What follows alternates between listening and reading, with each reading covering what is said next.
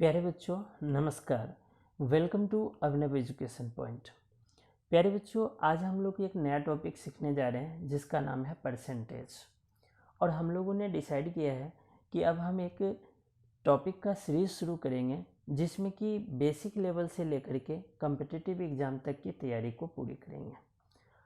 और हम लोगों की कोशिश ये है कि मैथ को आसानी तरीके से करके अपने समय को बचत करें और किसी भी एग्ज़ाम को हम इजीली क्रैक कर पाएँ।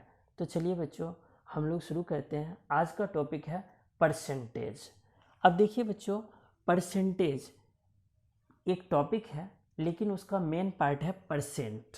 जैसे कि हम अपने दिनचर्या में हमेशा बात करते रहते हैं किसी भी चीज़ के बारे में, चाहे वो केमिकली हो चाहे न्यूमेरिकल कोई भी चीज़ें हो, स्टैटिक्स से संबंधित हो, सब में हम लोग परसेंटेज की बातें करते हैं, इनकी परसेंट की बात करते हैं। तो सबसे पहले इसके जो वर्ड है उसी में अर्थ छुपा हुआ है। परसेंट में पर का मतलब होता है प्रति, यानी कि प्रति मीन्स प्रत्येक यानी हर एक, और सेंट का मतलब होता है सेंचुरी। जैसे कि हमारे देश में क्रिकेट बहुत पॉपुलर है और उसमें सेंचुरी को बोलते हैं शतक, है ना। तो शतक यानी कि 100, सैकड़ा, सैकड़ा में से प्रति यानी कि कितना, तो परसेंट, परसेंट का मतलब हुआ प्रति सैकड़ा। तो चलिए बच्चों हम शुरू करते हैं, लेकिन इससे पहले मैं बता दूं आपको कि आज के टॉपिक में हम दो चीज़ को कवर करने वाले हैं, एक डायरेक्ट मल्टीप्लिकेशन मेथड और एक है स्प्लिटिंग मेथड। तो सबसे पहले हम डायरेक्ट मल्टीप्लिकेशन मेथड को क्लियर करेंगे। अब जैसे कि मान लीजिए कि मैं एक कोई एग्जांपल लेता हूँ, मान लीजिए 45% है बच्चों। इसको हम अपने एक ऐसे लेवल से सीखेंगे जिसमें कि हम अंदाज़ा से भी आंसर को निकाल सकते हैं। तो पहले तो हम बेसिक कंसेप्ट को क्लियर करते हैं, देन हम उस चीज़ को भी ट्राई करेंगे। अब जैसे 45% है, इसका मतलब आपको पता है बच्चों कि 100 में से कोई भी चीज़ें हैं वो 45 है। मान लीजिए कि आपके एग्ज़ाम में 45 नंबर लाए हैं 100 में से, तो आपका परसेंटेज बना 45%। इसी तरह से 75% का मतलब है कि आपने एग्ज़ाम में या किसी भी चीज़ में 75, मान लीजिए एग्ज़ाम में आपके 75 मार्क्स आए हैं आउट ऑफ 100, दैट मीन्स क्या है कि आपका 75% बना है, यानी 75% बना है। अब मान लीजिए कि इस चीज़ को तो क्लियर कर लिया आपने कि 45% का मतलब क्या होता है या 75% का मतलब क्या होता है। अब मान लीजिए कि ये तो 100 में था, अब कोई बच्चा मान लीजिए कि 80 नंबर लाता है, 80 नंबर लाता है 200 में से, आउट ऑफ 200 में से। तो देखिए बच्चों, एक तो मेथड ये है कि इसको 100/100 करके आप, जैसे कि यहाँ 100 यहाँ भी 100, इसका मतलब होता है प्रतिशत, और इससे हम क्लियर कर लेते हैं। तो 2 से काटेंगे इसको तो 40% आ गया रिजल्ट। बट हमें इस तरीके से नहीं करना है, ये तो हमने बाकी सीखा ही है। अब हम कैसे इसको विदाउट कैलकुलेशन के फाइंड आउट करें। तो देखिए बच्चों, 80 मार्क्स लाया गया है, यानी 80 मार्क्स स्टूडेंट्स ने लाया है 200 में से। तो देखिए इसको आप कोशिश कीजिए कि 100 में कन्वर्ट कर लें। तो इसको 2 से डिवाइड करना पड़ेगा, तो 100 में कन्वर्ट हो जाएगा। तो ऊपर वाले को भी 2 से डिवाइड करिए, दैट मीन्स 80 को 2 से डिवाइड करेंगे कितना आएगा 40%। तो कहने का मतलब ये है कि हम लोग क्या करते हैं, कई बार एग्ज़ाम में आते हुए सवाल में भी हम समय देते हैं, जिसकी वजह से हमारा कई क्वेश्चंस नहीं हो पाता है। तो हमें समय को बचत करना है, और जहाँ पर हम अंदाज़ा से भी कर सकते हैं और वो भी करेक्ट, तो हमें उस चीज़ को अडॉप्ट करना चाहिए, अपनाना चाहिए। अब जैसे मान लीजिए कि आपका है डायरेक्ट मल्टीप्लिकेशन मेथड में 40 का 30% है ना। तो कई बार क्या होता है बच्चों कि हम लोग क्या करते हैं कि इस चीज़ को लिखते हैं 40 × 30/100, बस लिखने की ज़रूरत नहीं है। डायरेक्ट मल्टीप्लिकेशन में क्या है कि जब भी यहाँ पर आपको 2 जीरो दिख जाए जो सम्स है उसमें, तो बस नंबर्स को मल्टीप्लाई कर लीजिए, 4×12, यानी कि कितना आ गया 12%। यानी इसका 40 का 30% क्या होगा 12, रिजल्ट क्या है बच्चों 12। अब जैसे मान लीजिए कि एक और एग्जांपल लेते हैं, 40 का 25%। अब 25% जो है बच्चों, इसमें सिंगल जीरो है, इसमें डबल जीरो नहीं, मतलब यहाँ जीरो नहीं है। तो अब इसको मल्टीप्लाई कर लीजिए, 25 चौका कितना आएगा 100, 25 चौका 100 आएगा, लेकिन एक जीरो हटा देंगे तो मतलब क्या आ जाएगा बच्चों 10, मतलब 25% क्या आ जाएगा 10, यानी एक जीरो हटा दिया हमने तो 10 रह गया। इसी तरह से मान लीजिए अब इस चीज़ के लिए देखिए एग्जाम में क्या होता है बच्चों, डायरेक्ट मल्टीप्लिकेशन हम एक तरीके से और कर सकते हैं। जैसे कि आपको पता है कि 10% का मतलब होगा 1/10, 20% का मतलब होगा 1/5, 25% का मतलब होगा 1/4, है ना। इस तरह से अगर मान लीजिए कि 30% है तो 3/10, 40% है तो 4/10, और अगर 50% है तो 1/2 आ जाएगा। या इसी तरह से 60-70, एक्चुअली ज़्यादातर 75% इस तरह के पूछे जाते हैं। 75 का मतलब है 3/4, है ना। इसी तरह से अगर मान लीजिए कि कोई कहता है कि 1/3, तो 1/3 को परसेंट में क्लियर करेंगे तो 33.3% बनता है ना। अगर 2/3 है तो इसको अगर हम परसेंट में क्लियर करेंगे 66.2/3% बनता है। तो इन कुछ चीज़ों को हमें माइंड में रखना है ताकि हमारा कैलकुलेशन बहुत ही आसान हो जाए। तो चलिए हम इस मेथड से आगे बढ़ते हैं। डायरेक्ट मान लीजिए कि 42 का 20% आ रहा है ना, 20%। अब देखिए आप इसमें क्या करेंगे, 20% है, 20 का मतलब क्या है 1/5, बस इसका 1/5 करेंगे तो 5 से करेंगे तो क्या आएगा, 5 8 जा 40 और 5 4 जा 20, तो क्या आएगा बच्चों 8.4। तो आई होप कि जो क्लियर हो रहा होगा। अब चलिए हम अगला एग्जाम्पल लेते हैं। ये सब है बच्चों 6वीं 7वीं 8वीं लेवल के सम्स। अब हम धीरे धीरे आगे बढ़ते हैं और एक स्प्लिटिंग मेथड करके दिखाता हूँ जो सेकेंड है। डायरेक्ट मल्टीप्लिकेशन तो आपने देख लिया, अब स्प्लिटिंग मेथड। मान लीजिए कि 90 है, 90 का 65%, क्या है बच्चों 90 का 65%। अब देखिए 90 का 65 को बच्चों हम 60 + 5 लिख सकते हैं ना। इसको स्प्लिट कर दिया, स्प्लिट का मतलब होता है तोड़ना, इसको हमने तोड़ दिया टुकड़ों में। अब इन टुकड़ों से हम देखेंगे कि कैसे डायरेक्ट करके आंसर ला सकते हैं। अब देखिए यहाँ 0 यहाँ 0 तो 9 6 54, यानी कि 90 का 60% कितना आएगा बच्चों 54। अब देखिए 90 का अगर 10% लेंगे ना बच्चों तो 9 आएगा, और यहाँ है 5% तो 9 का हाफ कितना आएगा 4.5, तो यहाँ लेंगे 0.5 8 58.5। तो देखिए तुरंत रिजल्ट आ गया।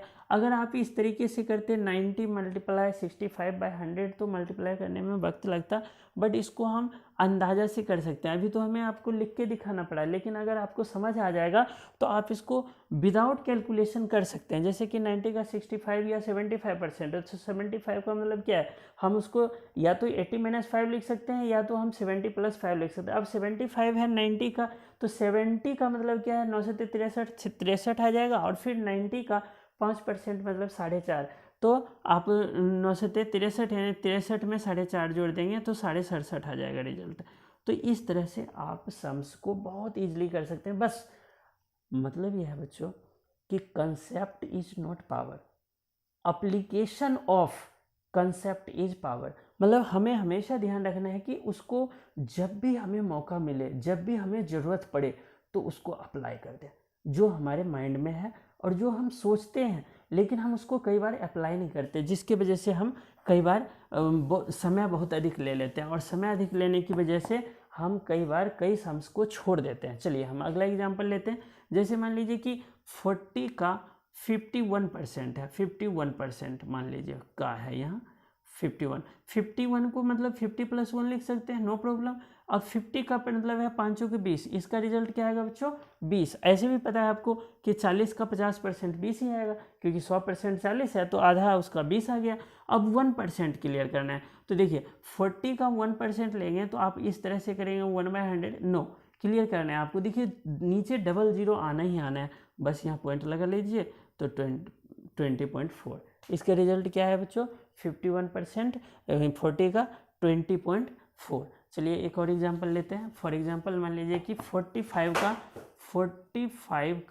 59%, क्या लेते हैं बच्चों 45 का 59%। तो 45 को का 59 का मतलब कि 60 - 1 भी लिख सकते हैं, नहीं बच्चों 61, तो 45 का 60। अब देखिए यहाँ पर जीरो नहीं है तो आप क्या करेंगे 45 का अगर 60% निकालेंगे तो इस तरह से लिखेंगे, 0 0 कैंसिल, इसको 6 से मल्टीप्लाई करेंगे, है ना। तो इसको इस तरह से ना करके हम एक और तरीका अपना सकते हैं, और उसका ये है कि 50 लिख लीजिए और प्लस में 10 लिख लीजिए और -1 कर दीजिए। अब देखिए वही चीज़ें हैं, लेकिन हमने जैसे देखा कैलकुलेशन थोड़ा बड़ा होना है तो हमने इसको स्प्लिट और कर दिया। 50 यानी 45 का 50 आधा यानी कि 22.5। 10% का मतलब 4.5, 1 पॉइंट पहले दशमलव लग जाएगा तो 4.5। और 1% का मतलब है बच्चों कि 4.5 के पहले दशमलव डाल दीजिए बस, तो दशमलव क्या आ जाएगा 4.5 हो गया।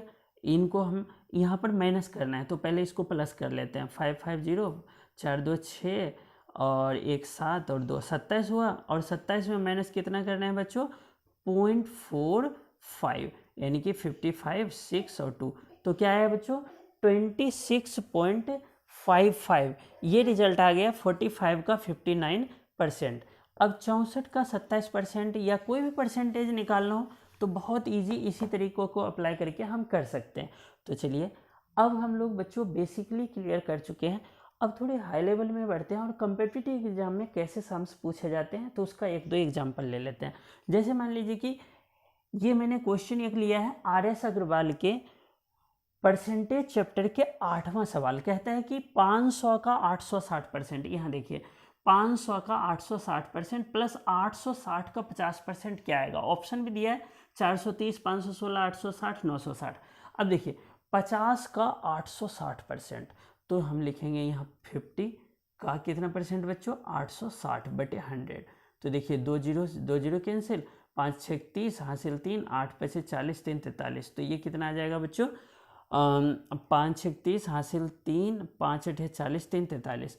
इसी तरह से अगर हमें दिया हुआ है 860 का 50%, 50 का मतलब आधा है ना, 50 का मतलब आधा, आधा का मतलब 430। तो 430 यहाँ जोड़ दीजिए 068। तो क्या है रिजल्ट बच्चों 860। देखिए 860 ऑप्शन में ये हमारा आंसर हो गया। तो मतलब बहुत इजी होता है किसी भी चीज़ को अगर हम कंसेप्ट क्लियर कर लेते हैं तो उसका आंसर निकालना। इसी तरह से मान लीजिए एक और एग्जांपल है, वो भी क्वेश्चन उसी RS अग्रवाल से ही है। 1500 का 45% बच्चों, 1500 का कितना 45%। 45 का मतलब है कि 50 - 5 कर सकते हैं, नो प्रॉब्लम। 50% का मतलब 750 ये हो गया आपका। और 5 देखिए 10% 150 आएगा तो 5% कितना आएगा 75। जोड़ लीजिए 5 7 5 12, 7 1 825 आ गया। अब दूसरा है इसी में 1700, ये वाला क्वेश्चन है बच्चों 1700 का 35%। तो 1700 का 35 पर मतलब कि 30 + 5 हम लिख सकते हैं, कोई प्रॉब्लम नहीं। या सीधी बात है कि 25 + 10 लिख लेंगे 35। 25% का मतलब होता है 1/4। इसका देखिए 850 होगा आधा और 850 का 425 हो जाएगा उसका आधा यानी कि 25%। और 10% तो 170 होगा ही, जोड़ लीजिए 5 7 2 9 4 1 5। अब इन दोनों को जोड़ दीजिए 95 5 5 10 9 2 11 1 12 8 5 13 1 14। तो कहने का मतलब 5 5 10 9 2 11 1 12 8 5 13 1 14। ठीक है, तो समझ में आ गया होगा कि किस तरह से हम माइंड में कैलकुलेशन करके किसी भी बड़े से बड़े सम्स का एग्जाम आसानी से सॉल्व कर सकते हैं। अब जैसे कि किस संख्या का 75% 15 है। तो देखिए बच्चों अभी मैंने लिखा था 75% का मतलब होता है 3/4।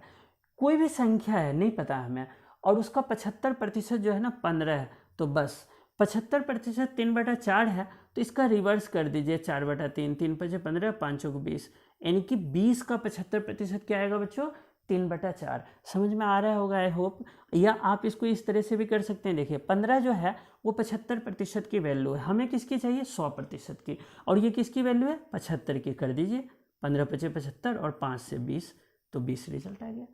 आप एक सम्स को कई तरह से माइंड में, अगर आपको बेसिक कंसेप्ट क्लियर है तो कैलकुलेशन करके आप आसानी से सॉल्व कर सकते हैं। आई होप कि बच्चों समझ आया होगा, और अगर समझ में आया होगा तो आपके लिए इशारा काफ़ी है, समझ गए होंगे इशारा क्या है मेरा।